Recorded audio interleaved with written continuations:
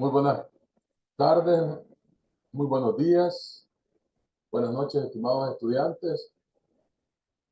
Estamos iniciando la conferencia segunda relacionada con nuestro programa posílabo de Derecho Internacional Público.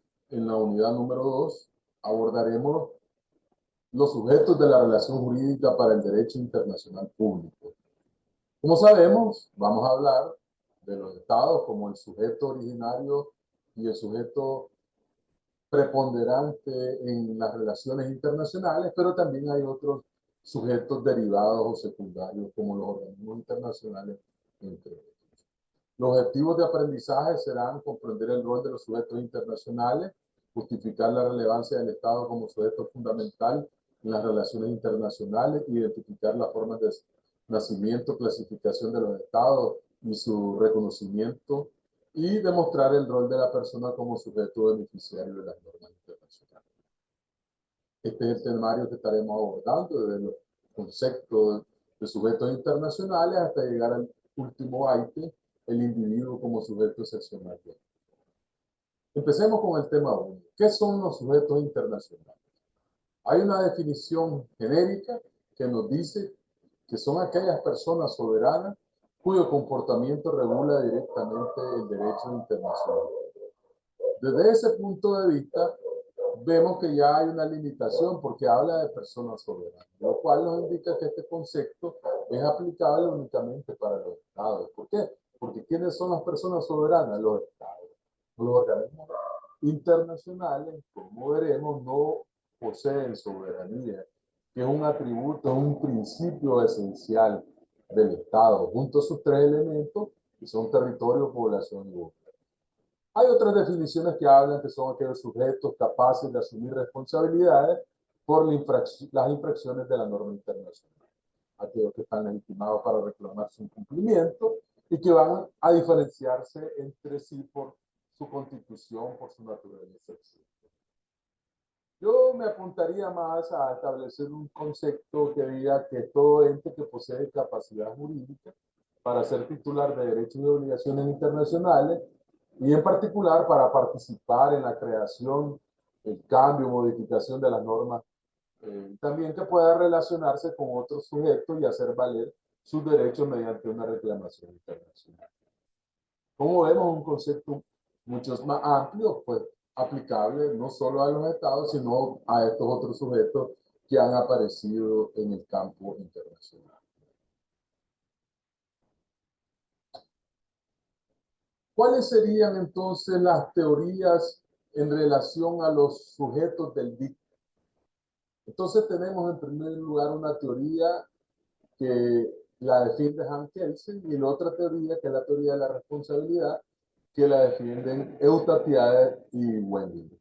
La teoría pura del derecho de Hans Kelsen, además de habernos aportado la ya famosa pirámide jurídica, la ubicación de las normas, también nos dice que en la validez de la norma jurídica hay dos ámbitos. Un personal relacionado con el sujeto de derecho, y en tal sentido, que si hay una norma que es regulada y descrita por ese ordenamiento jurídico, pues le será aplicable. Pero también le es aplicable a las personas jurídicas, en este caso, que son entes ficticios, como son las sociedades anónimas. Pero aquí nos estaremos refiriendo a los estados y a los organismos internacionales como personas jurídicas, de tal manera que bajo estos dos criterios de ámbitos de validez que nos da el maestro Kelsen, considerará sujetos de derecho internacional a toda entidad o individuo que sea destinataria directa de una norma de dicho ordenamiento internacional. Por su lado, la segunda teoría, Eutatiader, plantea que para ser considerado sujeto de derecho internacional debe al menos encontrarse en dos situaciones. Número uno, ser titular de un derecho y poderlo hacer valer por medio de reclamación internacional. Y número dos, ser titular de un deber jurídico y tener capacidad, claro esto, para cometer un delito internacional. O sea, los estados pueden cometer delitos internacionales, pero como ente ficticio, pues lo hacen a través de su representante. Wengler, por su lado, nos da una teoría más amplia donde señala que debe distinguirse el acto antijurídico y la responsabilidad. El acto antijurídico es el antecedente de una sanción. La responsabilidad consiste en ser destinatario, ser capaz de asumirla y obviamente ser sancionado. En tal razón, esta segunda teoría podemos concluirla que son sujetos del DIC los destinatarios de sanciones en el orden internacional, o sea, aquellos que pueden asumir esa responsabilidad internacional. En conclusión, será sujeto de derecho internacional aquel cuya conducta está prevista directa y efectivamente por el ordenamiento internacional, como contenido de un derecho o de una obligación que deba asumir.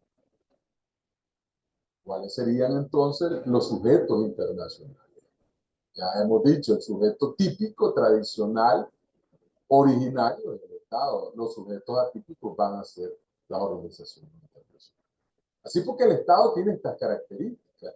Es una comunidad humana perfecta, tiene capacidad para lograr sus fines, es una comunidad permanente, sobrevive a cualquier cambio político, físico, etcétera.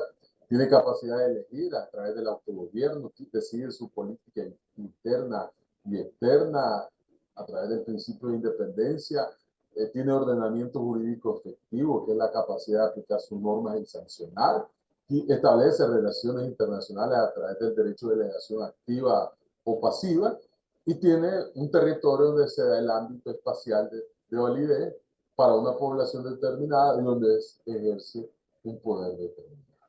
Aquí vemos en este slide otra presentación relacionada a esta característica antes.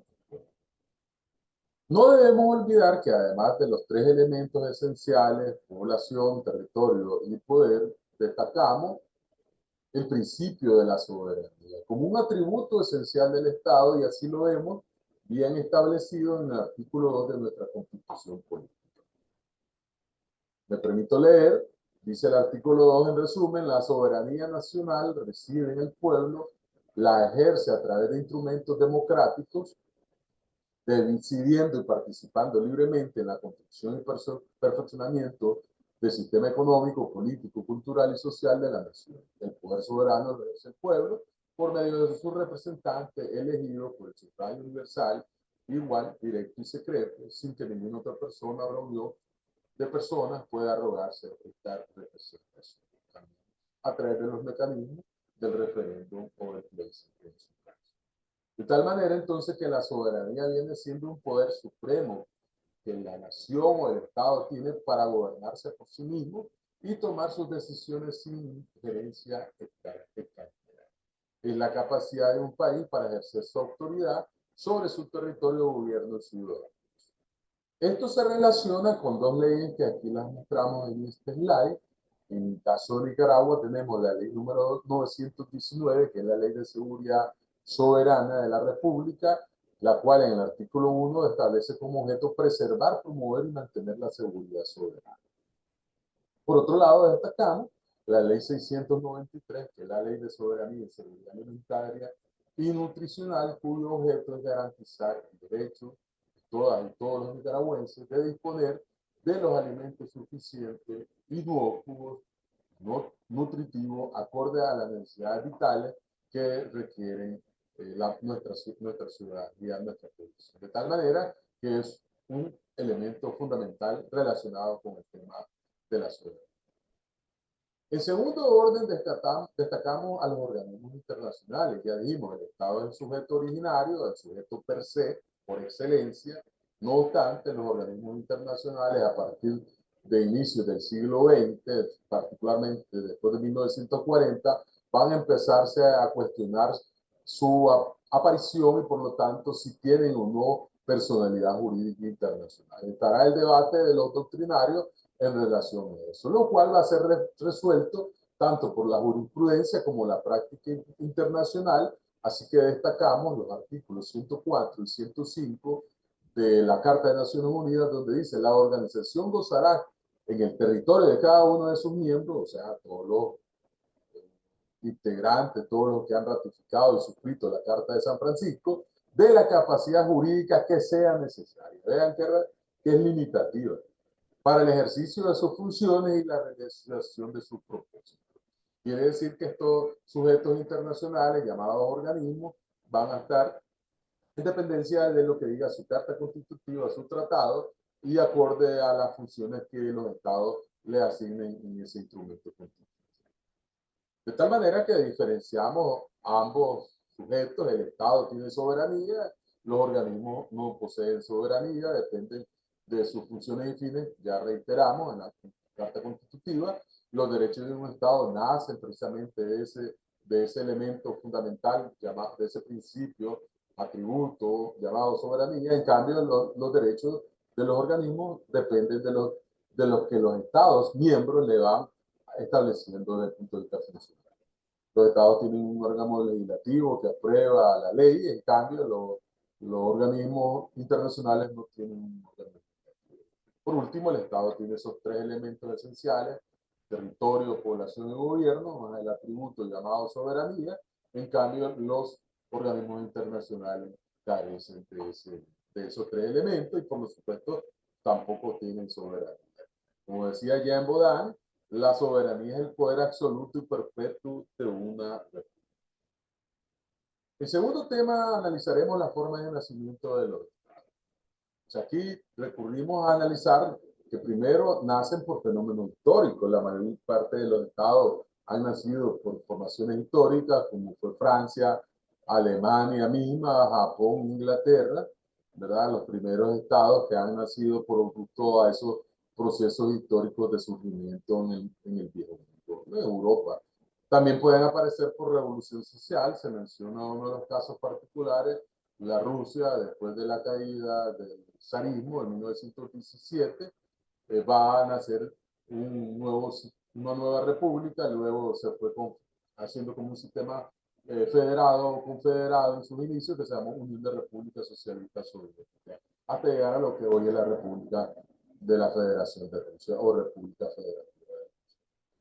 Por luchas de independencia, casi todos los estados de nuestro continente, con excepción de Estados Unidos, encontramos que hemos nacido, nuestras naciones, valga la redundancia, por medio de estos procesos de independencia: Nicaragua, Cuba, México, Argentina, Venezuela, entre otros. Por desmembramiento, el caso más reciente de Yugoslavia, en la década de los 90, se separó en varios países y hoy tiene 6 repúblicas: Eslovenia, Croacia, Bosnia y Herzegovina, Macedonia, Montenegro, Serbia y otras 2 provincias. En el año 1993, a través de la famosa divorcio de terciopelo, se separaron Checoslovaquia y van a nacer 2 repúblicas: la República Checa y la República de Eslovaquia. Por hoy ahí se menciona la perspectiva de que se vuelvan a fusionar. A diferencia de Bélgica, que por ahí se habla desde el punto de vista de la separación que existe entre las 2 regiones principales belgas, la perspectiva de una posible separación. Luego tenemos, por unificación, en el año 89-90, recordemos que la República de Alemania había sido separada a raíz del resultado de la Segunda Guerra Mundial, del enfrentamiento este-oeste, del muro de Berlín, etc. Y entonces nacieron 2 repúblicas: la República Democrática Alemana, afiliada hacia Oriente, hacia la posición del socialismo, y la República Federal Alemana, afiliada hacia Occidente, hacia la posición del imperialismo del capitalismo, como se mencionaba en aquella época. Luego, cuando se da la perestroika y luego el glasnost, la perestroika, el cambio político, el glasnost, el cambio estructural económico, en 1989, entonces luego vendrá la caída del muro y luego se unificarán en el 90 las 2 Alemanias en una sola Alemania, que funciona bajo un modelo de una república federal. En territorio encontramos 2 casos, tanto Liberia como Sierra Leona, pero destacamos la República de Liberia, nacida en 1847. Se comenta en la recesión histórica que era una resnulia de ese territorio ahí por África, que fue un país fundado por ciudadanos americanos en una colonia para antiguos esclavos africanos. Entonces, a partir de ese proceso muy sui generis, tanto para el caso de Liberia como de Sierra Leona, que fue creada por el Reino Unido en un territorio aparentemente que no pertenecía a nadie. Entonces, van a nacer estas dos repúblicas. Por último, mediante un acto jurídico por decisión de un organismo internacional, el caso de Israel por resolución del año 47 y luego en el 2012 el Estado de Palestina. Mediante un tratado internacional, el acuerdo de 1949 por el que se creó Estados Unidos de Indonesia, y mediante ley de un Estado, mediante la Act Tiden-McDuffie, va a nacer la independencia del Estado de las Filipinas en el año 34. Los estados, como sabemos, son como organismos vivientes, aunque con su concepto jurídico son entes ficticios, sin embargo, son materiales y también hay personas, hay población, hay territorio. Y eso puede estar sujeto a cambios, a transformaciones, normalmente por las cuestiones naturales, como pueden ser los volcanes, pueden ser terremotos, etcétera, y que pueden crear ciertas situaciones que cambien o modifiquen el territorio. Nicaragua es un ejemplo, en el tema del caso de la entrada al río San Juan, producto de las mareas, ahí se han presentado algunas modificaciones en el territorio, como recordamos, ese río no es un río internacional, es un río nacional del Estado de Nicaragua, y que producto de un tratado se le dio un derecho a perpetuidad a Costa Rica, como sabemos el Tratado de Jerez Cañas, que le da para uso de comercio en una parte del río hasta el Castillo de la Inmaculada. De tal manera que los estados se pueden transformar en sus territorios, las poblaciones también pueden, normalmente van aumentando, es raro que disminuyan el efecto por razones de endemias, epidemias, etc. También los estados se pueden extinguir, ya hemos visto casos donde se extinguió Yugoslavia entre el 91 y el 92, dando el resultado como surgimiento 6 nuevas repúblicas, ¿verdad? También puede ser cuando hay una confederación, que es un paso intermedio hasta llegar a la federación y se puedan extinguir algunos estados. Lo normal es la continuidad del Estado independientemente de cualquier reforma constitucional, de cualquier cambio político, ya sea por razones de procesos electorales, inclusive por cambios anticonstitucionales, como vamos a analizar adelante. Los estados se van a clasificar en dos grandes rangos, unitarios y compuestos. Los estados unitarios, el caso de Nicaragua, de Perú, de Costa Rica, de Guatemala, etcétera, donde tenemos un solo sistema de órganos superiores de control y de poder estatal. España, el Reino de España también es un modelo de estado unitario. En cambio, hay estados compuestos que han pasado por uniones de estados, ya casi no existen, prácticamente han quedado en la historia, como las uniones de los reinos de Castilla y Aragón, que nació el Reino de España, Polonia y Lituania, el Imperio Austrohúngaro, que va a desaparecer como resultado de la Primera Guerra Mundial, y van a surgir otras nuevas naciones, un nuevo concierto internacional, y entonces esas uniones de estados pues gradualmente han venido desapareciendo. Luego está la confederación de estados como un paso intermedio para llegar a la federación, donde un grupo de estados unitarios pasan primero por un estado confederado. Esa fue la pretensión en Estados Unidos cuando se dio en 1776 la famosa guerra de secesión. Algunos estados del sur querían una confederación de estados, el resto de estados querían un estado federado, tal y como fue el resultado posterior al vencimiento de los ejércitos federados contra el ejército confederado. Entonces van a ser los Estados Unidos de Norteamérica, pero también tenemos como modelo de Estado federado la República Federativa de Brasil, la República Bolivariana de Venezuela, la República de Argentina en nuestro continente, y Estados Unidos mexicanos. En Europa existe el Suiza, como primero estuvo mucho tiempo como la Confederación Helvética Suiza y ahora como un Estado federado, Alemania, entre otros.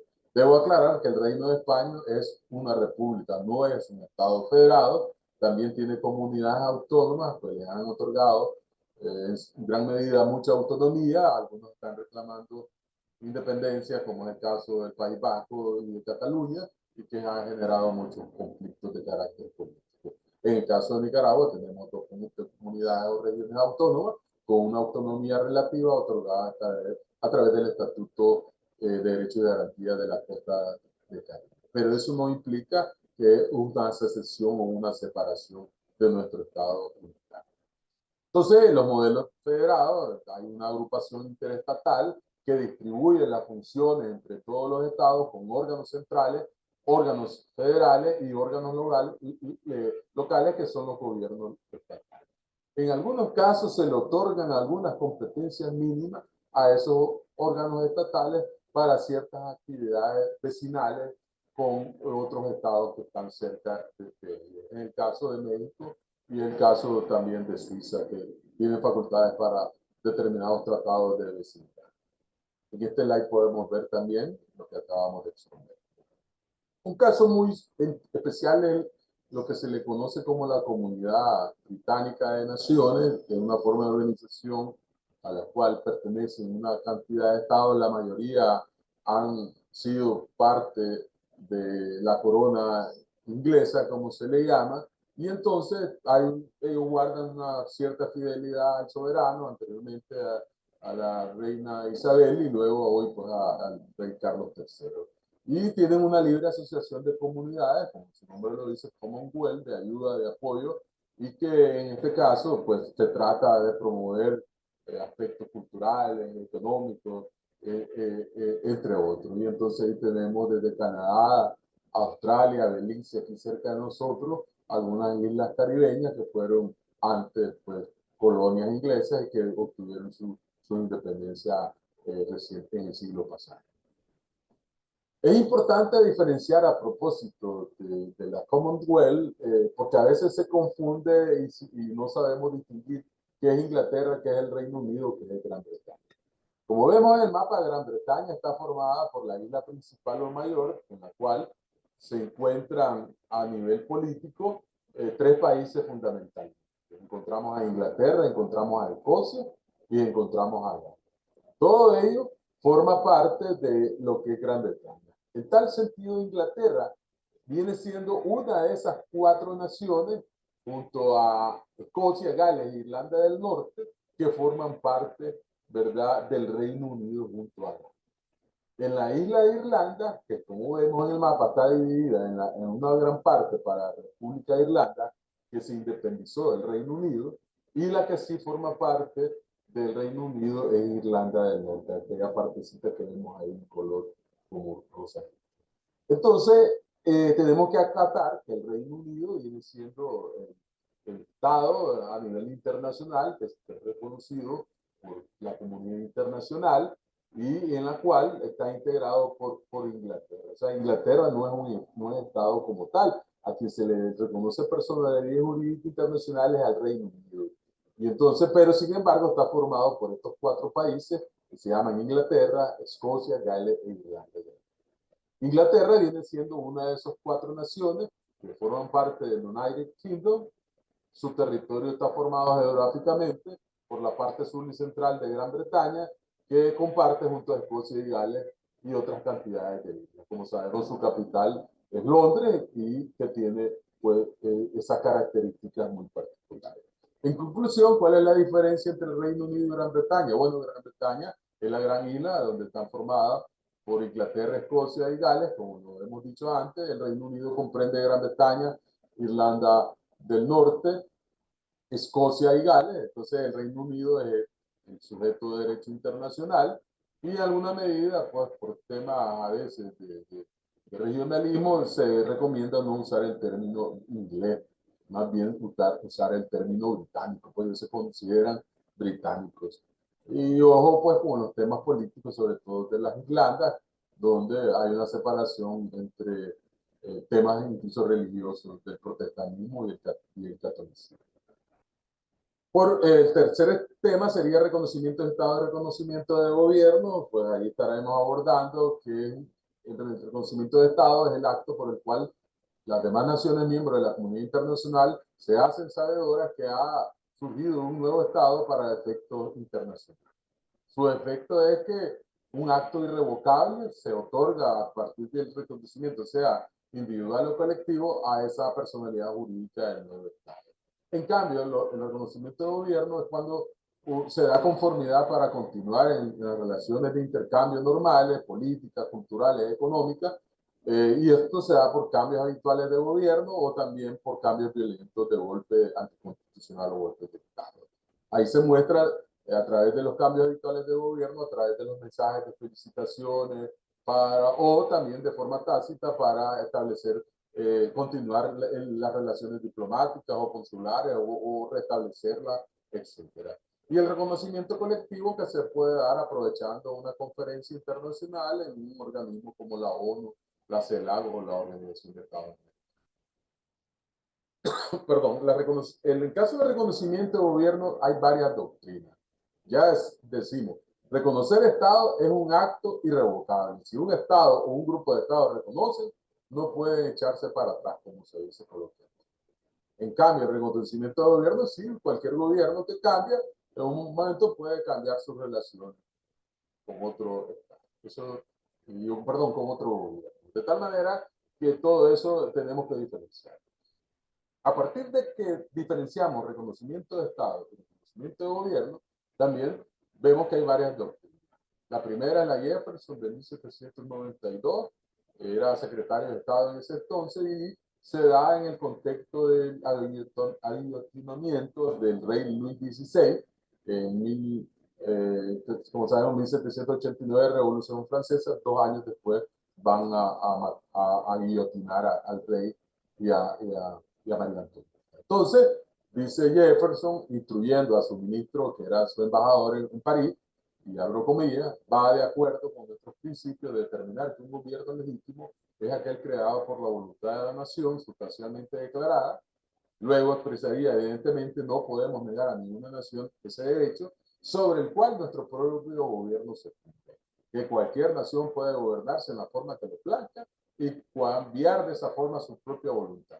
La voluntad de la nación es la única cuestión esencial a considerar. Por supuesto, como sabemos, Estados Unidos van a ser de ese proceso de independencia de las colonias, las 13 colonias inglesas, al liberarse del yugo imperial británico. Y entonces, muy bien, fue atinada en su momento esta doctrina, pero luego fue desnaturalizada.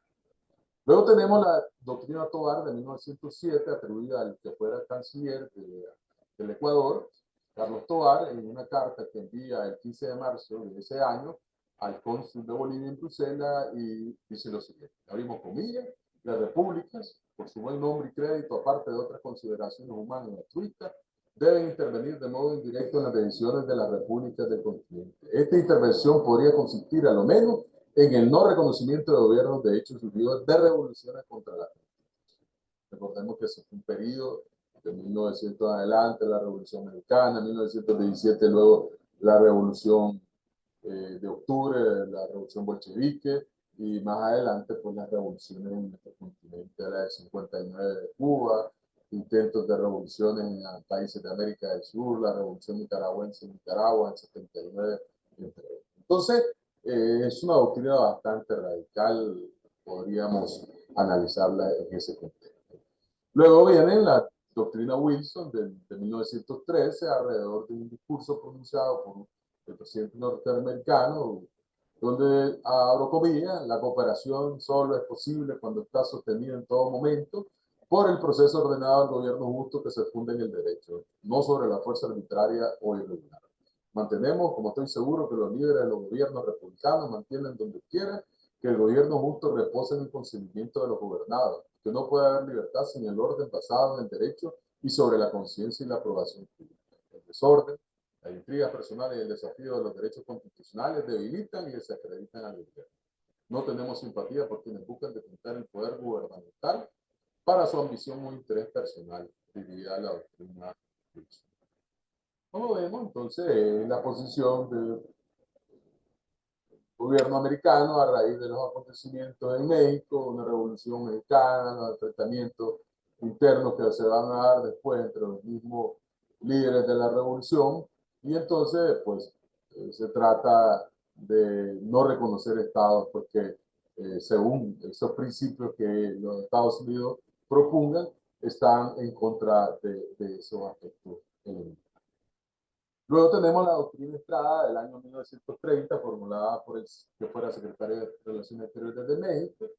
Abro comillas: la práctica de reconocimiento es denigrante porque ataca la soberanía de las naciones, supone una actitud crítica en los asuntos internos. Por ello, el Estado mexicano se debe limitar a mantener o retirar a sus agentes diplomáticos y consulares sin otorgar un reconocimiento expreso. Déjenme decirles que algunos tratadistas y comentaristas en derecho internacional caracterizan a esta doctrina un poco coloquialmente diciendo que es una doctrina gallo-gallina. Bueno, es la política exterior mexicana, desde los 70 años que gobernó el PRI tenía ese matiz, ¿verdad?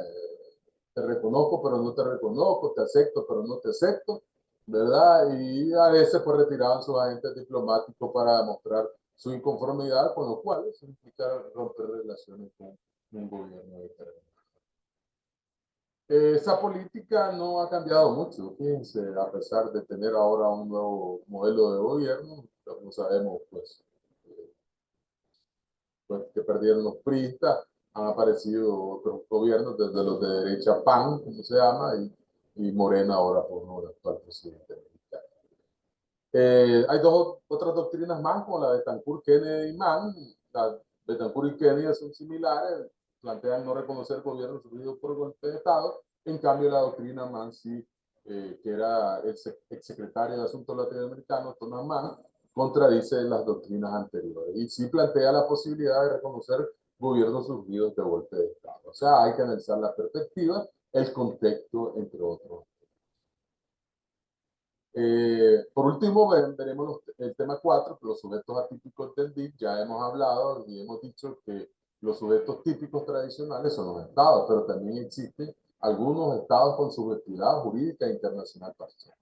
Y esto se manifiesta cuando vimos la clasificación de estados, estados unitarios y estados compuestos. Entonces, en el caso de los estados compuestos bajo modelo federativo, los estados que forman parte de esa gran federación, como en el caso de México, Estados Unidos, Argentina, Alemania, Suiza, la República Bolivariana de Venezuela, entre otros, entonces esos estados que forman parte de esa gran federación o confederación tienen limitaciones. Entonces su actuación está limitada.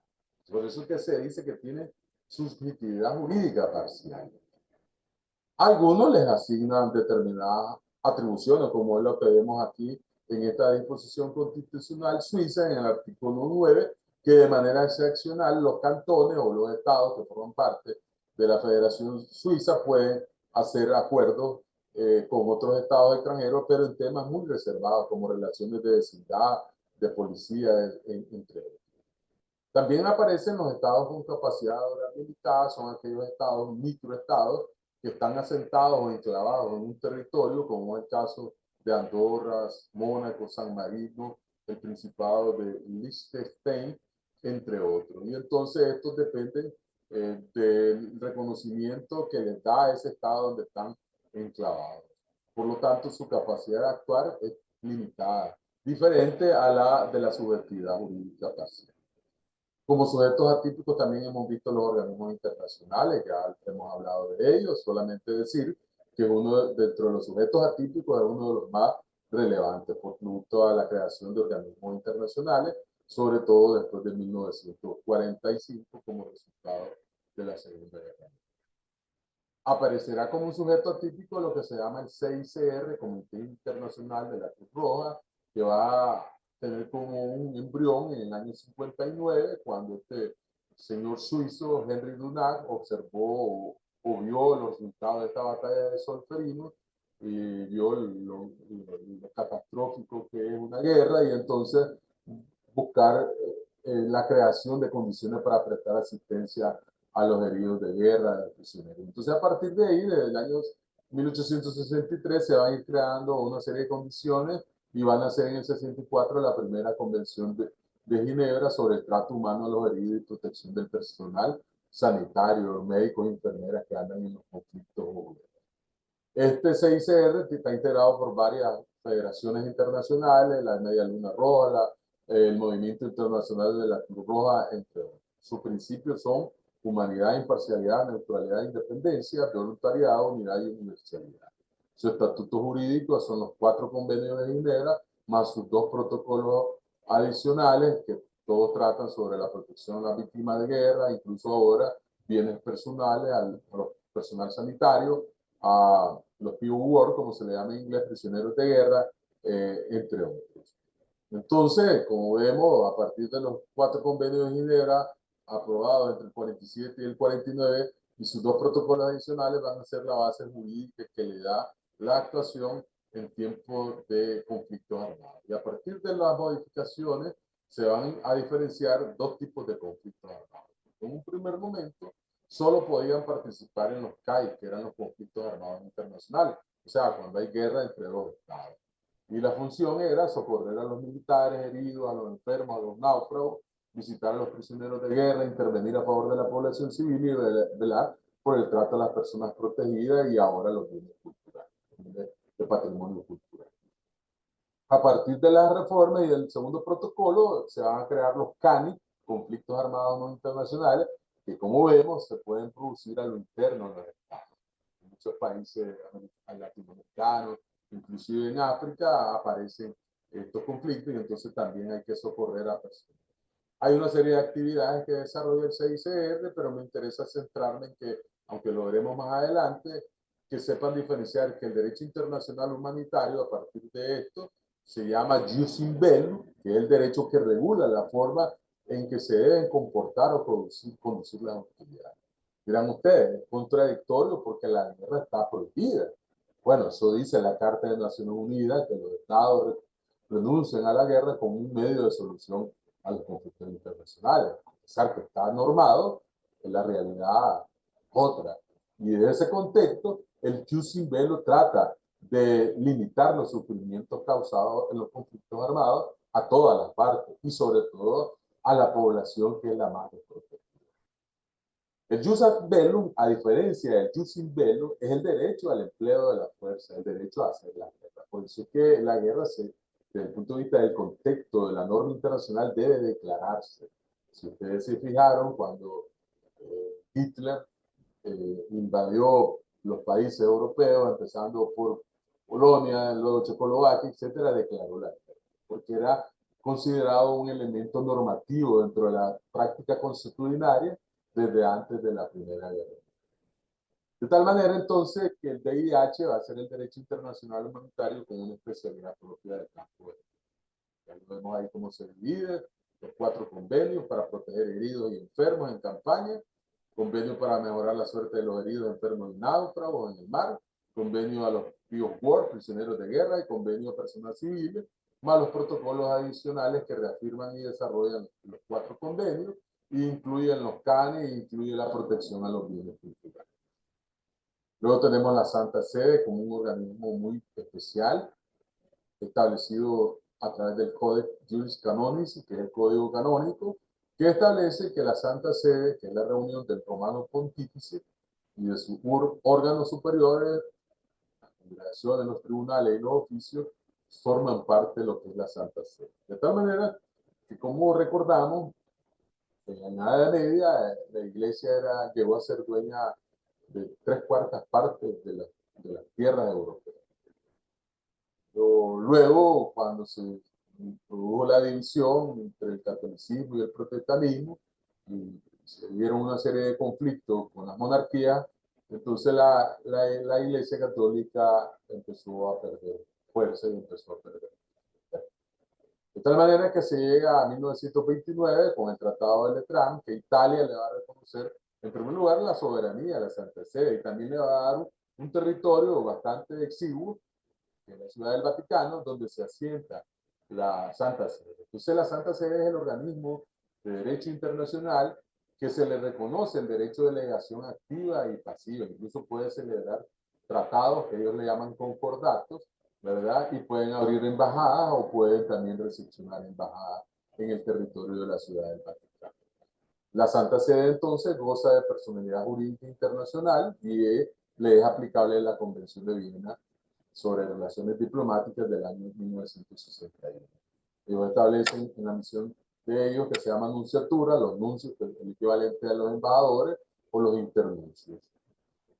En la Ciudad del Vaticano, ya decíamos, que al haber sido privada la Santa Sede, la Iglesia de los Estados Pontificios, como les decía, eran 3/4 partes de toda la tierra europea, y entonces se le redujo a 44 hectáreas a través del Tratado de Letrán, donde se crea el Estado Ciudad Vaticano, que es la sede territorial de la Santa Sede, que es el organismo reconocido por el derecho internacional. En situación similar aparece la Soberana Orden de Malta, que es una orden religiosa militar de carácter sanitaria también, y que se le discute sus características de subjetividad jurídica internacional. Su sede está en Roma, también está sometida a la Santa Sede y colaboran con el CICR y con los organismos de apoyo para labores de ayuda sanitaria en el país. Se ha venido decayendo en los últimos tiempos. Aquí en Nicaragua creo que teníamos un cónsul de la Soberana Orden de Malta. Los beligerantes, los movimientos de liberación nacional y los insurrectos, pues en el caso de los beligerantes son grupos rebeldes que han establecido una lucha en un estado determinado y para reconocerlo el derecho internacional les pide dos requisitos esenciales: que tengan dominio en una parte importante del territorio y segundo, que dicho dominio sea efectivo. A partir de ahí se les va a reconocer el carácter de beligerante y que puedan adquirir una subjetividad temporal. Mientras tanto se define si ganan o no ganan, o si llegan al poder o no llegan al poder. Algo similar pasa con los movimientos de liberación nacional a partir de mediados del siglo XX, década de 50 y 70, todos los procesos de colonización en África, en Oceanía, en el Caribe, etcétera, desde el Imperio Británico, de muchos países que se liberaron. Nicaragua es un ejemplo en el año 1979 con el FSLN, el FMLN en El Salvador y otros movimientos que aparecieron en América Latina, como el caso de Cuba en 57, 58 y hasta la Revolución Cubana de enero del 59. Entonces, todos estos eran movimientos de liberación nacional que se les reconocía cierta subjetividad jurídica parcial a nivel internacional. Por último, los insurrectos, que nacen en el derecho americano, en la Convención de 1928 de La Habana, donde señala el artículo 3 que un buque insurrecto de guerra o mercante equipado por la rebelión que llegue a un país extranjero o busque refugio en él será entregado por el gobierno de este al gobierno constituido del país en la lucha civil. Y los, perdón, y los tripulantes serán considerados como refugiados políticos. Esto es una materia pareciera a la figura del asilo. El individuo, como sabemos, como sujeto excepcional del DIN, el último tema que abordaremos, pues, hay muchas normas que en los últimos tiempos, siglo pasado y el presente, son dirigidas al ser humano, a la persona individual, hombres, mujeres, niños, niñas, etc. Temas de derechos humanos, temas de derechos culturales, derechos de los refugiados, derechos de una serie, incluso hasta de los migrantes. De tal manera que el problema es que se discute por qué puede ser un sujeto excepcional del DIC, pero que carece de un elemento fundamental que es la subjetividad activa, porque es el derecho que pueda activar, digamos, demandas en organismos jurisdiccionales internacionales. Por ejemplo, ningún individuo puede ir a la Corte Internacional de Justicia en la Haye. Igual pasa en el tema de la Corte Interamericana de Derechos Humanos, también ahí hay que cumplir con el proceso interno, haber agotado la vía nacional. Sin embargo, encontramos en el Estatuto de la Corte Centroamericana de Justicia que hay un reconocimiento de esa subjetividad activa del individuo cuando dice que las personas o ciudadanos de los Estados miembros del Parlacén pueden acudir ante este tribunal regional para presentar demandas relacionadas con la violación de tratados o convenios. Entonces, pues habrá que ver, tengo entendido que han habido un par de casos sobre el CA4.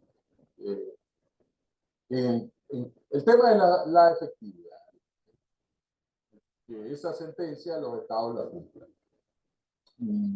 Hay otros ejemplos anteriores, como resultado de la Segunda Guerra Mundial y de la guerra en los Balcanes, los tribunales de Nuremberg, muy propios para los delitos de lesa humanidad, crímenes de guerra, el Tribunal de Tokio y el Tribunal de los Balcanes, de Bosnia, por la guerra de los Balcanes. Entonces, podríamos decir que en la conclusión que va a depender ese reconocimiento a nosotros como personas, por un lado, de que el Estado tiene que ser el primero que debe garantizar y preservar, así está estatuido en protocolos, en tratados, en normas internacionales que han sido ratificadas por cada uno de los Estados. La Constitución también nacional así lo dice. El tema es la efectividad. Entonces, no obstante, debo recalcar que las personas como seres humanos somos destinatarios, somos marcos destinatarios de un gran conjunto de normativas a nivel internacional dirigida a eso. De manera que con esto estamos cumpliendo esta segunda conferencia, deseándoles mucho éxito, saludándoles y muchas bendiciones para toda nuestra familia. Así que muchas gracias y muchos saludos.